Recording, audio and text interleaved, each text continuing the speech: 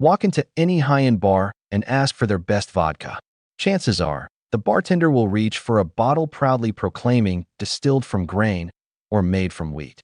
They might even tell you that potato vodka is inferior, a rough, low-quality alternative that serious vodka drinkers avoid. But here's the irony.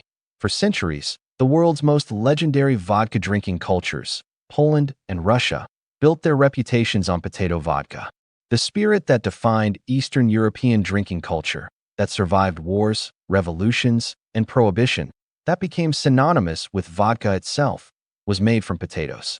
So how did potato vodka go from being the standard to being dismissed as inferior? And here's the real question. Can you actually taste the difference? Or is this entire debate just brilliant marketing? By the end of this video, I'll reveal the surprising ingredient that Polish distillers discovered made potato vodka smoother than grain vodka. An ingredient so unexpected that when it was first proposed, other distillers laughed at the idea. But our story begins in the 18th century, when potatoes transformed from exotic curiosity into the foundation of an entire industry. Vodka existed long before anyone thought to make it from potatoes. Medieval Poles and Russians had been distilling spirits from grains, rye, wheat, barley, since at least the 1400s. So why switch to potatoes in the 1700s? The answer is pure economics. 1 acre of grain might produce 20 to 30 bushels of wheat. That same acre planted with potatoes? 200 to 400 bushels. Potatoes produced vastly more raw material per acre than any grain. Potatoes are roughly 15 to 20% starch, which ferments into alcohol. While grain has higher starch concentration per pound, the sheer volume advantage of potatoes more than compensated. You could produce more alcohol from an acre of potatoes than from an acre of premium wheat. But there was another crucial factor: reliability. In the harsh climates of Poland and Russia, grain harvests could fail catastrophically. A late frost, too much rain, or early snow could wipe out an entire wheat crop. Potatoes were nearly indestructible by comparison. They tolerated cold, grew in poor soil, and could be harvested even after early frosts. For distillers, this meant predictable supply. No potatoes meant no vodka, and in Eastern European culture, no vodka was unthinkable. The Polish-Lithuanian Commonwealth led the potato vodka revolution. By the 1790s, records show hundreds of small distilleries across Poland producing vodka exclusively from potatoes. This wasn't artisanal craft spirits. It was industrial-scale production meeting massive demand. Polish nobility discovered that potato vodka distilleries were incredibly profitable. Many estates built their own distilleries, employing serfs to grow potatoes and produce vodka. The spirit became woven into the economic fabric of Eastern European feudal society. Russia followed Poland's lead. By the early 1800s, the Russian Empire was producing millions of gallons of potato vodka annually. The government even encouraged it. Vodka taxes were a significant source of state revenue. Between 1750 and 1850, the number of distilleries in Poland and Russia increased tenfold. Almost all of them used potatoes. Vodka became democratized, no longer just for the wealthy, but affordable for peasants, soldiers, and workers. This accessibility had profound social consequences. Vodka drinking became embedded in Eastern European culture at every level: celebrations, mourning, business deals, hospitality, and daily life. And it was all potato vodka. But making vodka from potatoes presented significant technical challenges that grain distillers never faced. The problem starts at the cellular level. Potato starch is locked inside tough cell walls and bound with proteins and other compounds. Simply crushing potatoes and adding yeast doesn't work. The starch remains inaccessible. Early potato vodka makers solved this through cooking. They would steam or boil massive quantities of potatoes until the starch is gelatinized. Essentially, they made enormous batches of mashed potatoes. Imagine the scene: distilleries filled with steam, workers stirring copper vats containing hundreds of pounds of potatoes, the air thick with starch and heat. It was industrial-scale potato preparation. Next came enzymatic conversion. Natural enzymes, either from the potatoes themselves or added from malted grain, would break the starch down into fermentable sugars. This process, called saccharification, took days. Fermentation followed, yeast converting sugars into alcohol. But potato fermentation produced a problem: congeners. Congeners are the byproducts of fermentation, fusel alcohols, esters, aldehydes, and other compounds that create flavor but also harshness.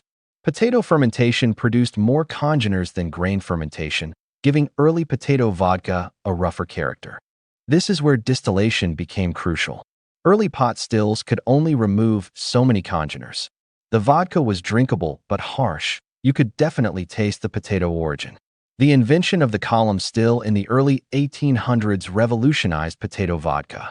Multiple distillations in a column still could remove most congeners, producing a much purer spirit. Polish and Russian distillers became obsessed with purity. They developed techniques for multiple distillation, charcoal filtering, and rectification that removed virtually all flavor compounds.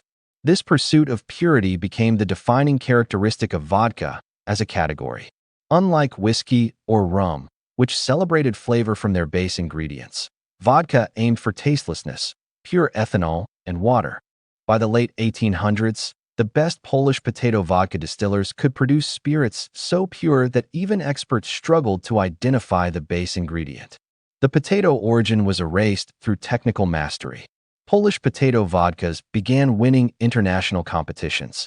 The spirit that had started as peasant moonshine had become refined enough to compete with the finest grain spirits. In Polish and Russian culture, vodka wasn't just a beverage. It was a social technology that governed interactions, sealed agreements, and marked life's important moments. Business negotiations weren't complete without shared vodka. The ritual of drinking together created trust. You couldn't fake your reactions to vodka, so sharing it created vulnerability and therefore honesty. Vodka marked death as much as celebration. Funeral wakes involved drinking to honor the deceased, and not participating was deeply disrespectful. For Russian soldiers, vodka was literally part of military rations. The famous Narkom ration, 100 grams of vodka per day, helped soldiers endure brutal conditions on the Eastern Front during both World Wars. Under Soviet rule, potato vodka production reached extraordinary scale. The state controlled all distillation, and vodka sales were a crucial source of government revenue. At one point, vodka accounted for up to 30% of Soviet state revenue. Vodka shortages could cause political instability. Gorbachev's anti-alcohol campaign in the 1980s, which restricted vodka sales, is partially credited with contributing to the Soviet Union's economic problems and eventual collapse. When legal vodka wasn't available, people made samagon, moonshine, usually from potatoes. Despite being illegal, samagon production was widespread. Everyone knew someone who could get it. Vodka drinking came with elaborate customs. Never refill a glass that's not empty. Always toast before drinking. Never put the bottle down until it's finished. Drink the first shot in one go. These weren't suggestions, they were social laws. These traditions persist today. In Poland and Russia, vodka remains central to hospitality and celebration, even as drinking patterns modernize. So here's the question that divides vodka enthusiasts. Can you actually taste the difference between potato vodka and grain vodka? Blind taste tests consistently show that most people, even vodka enthusiasts, cannot reliably distinguish potato vodka from grain vodka when both are well-made and properly distilled. Chemical analysis confirms why. After multiple distillations and filtering, both types are essentially 95% plus pure ethanol with water and trace minerals. The base ingredient has been almost completely erased. Chemically, there's no such thing as potato ethanol versus grain ethanol. Ethanol is ethanol. The molecule is identical regardless of whether it came from potatoes, grain, grapes, or anything else containing fermentable sugars. Yet master distillers insist there are subtle differences. They claim potato vodka has a slightly oilier mouth feel, a creamier texture, perhaps a faint earthy note if you really search for it. Scientific analysis reveals they might be right, but barely. Potato vodka retains infinitesimally small amounts of different congeners than grain vodka. We're talking parts per million, differences so subtle they're at the threshold of human perception. So why do premium vodka brands emphasize grain? Marketing. Distilled from grain sounds premium. Made from potatoes sounds peasant, despite the fact that some of the world's finest vodkas have always been potato-based. Traditional Polish brands like Luksusowa and Chopin, and some Russian brands, proudly proclaim their potato origin. Their Interestingly, craft distillers are rediscovering potato vodka. They're deliberately leaving some character in the spirit rather than distilling it into pure neutrality. These vodkas do have distinctive flavor, but that's by choice, not necessity. In cocktails, the difference is even less noticeable. The subtle distinctions disappear completely when vodka is mixed with other ingredients. Your martini or Moscow Mule tastes the same whether made with potato or grain vodka. Modern potato vodka production bears little resemblance to the steam-filled distilleries of the 1800s. Today's facilities use automated systems to wash, peel, and cook potatoes. Computer-controlled enzymes optimize starch conversion. Continuous column stills operate 24/7, producing vodka of exceptional purity. Quality control involves gas chromatography and mass spectrometry, measuring congener levels in parts per billion. The precision would astound 19th-century distillers. Some premium producers have even made potato vodka a sustainability story.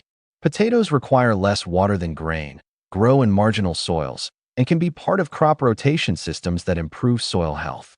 Craft distillers experiment with heritage potato varieties, arguing that different potatoes create subtle flavor variations. Purple potatoes, fingerlings, even sweet potatoes have been tried. The results speak for themselves. Contemporary potato vodkas regularly win top awards in international spirits competitions, competing successfully against grain vodkas costing twice as much. Remember that surprising ingredient Polish distillers discovered? Here it is: milk. Specifically, milk proteins added during the final filtration stage.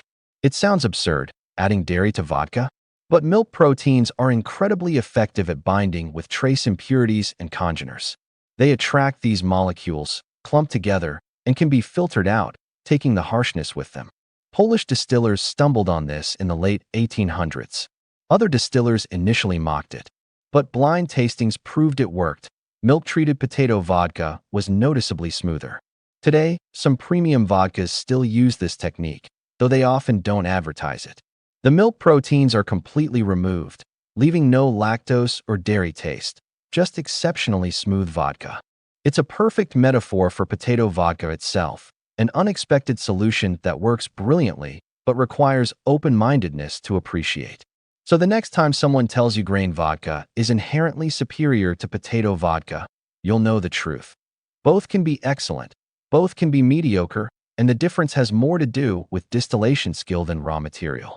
Potato vodka's journey from economic necessity to refined spirit to dismissed commodity to rediscovered craft product tells us something important about food, culture, and snobbery. Sometimes the peasant solution is actually the sophisticated one.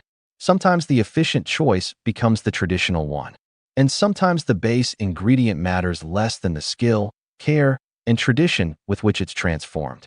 From field to fermentation to your glass, potato vodka remains one of humanity's most ingenious transformations of humble raw material into something that has shaped culture, politics, and countless Friday nights for over 300 years.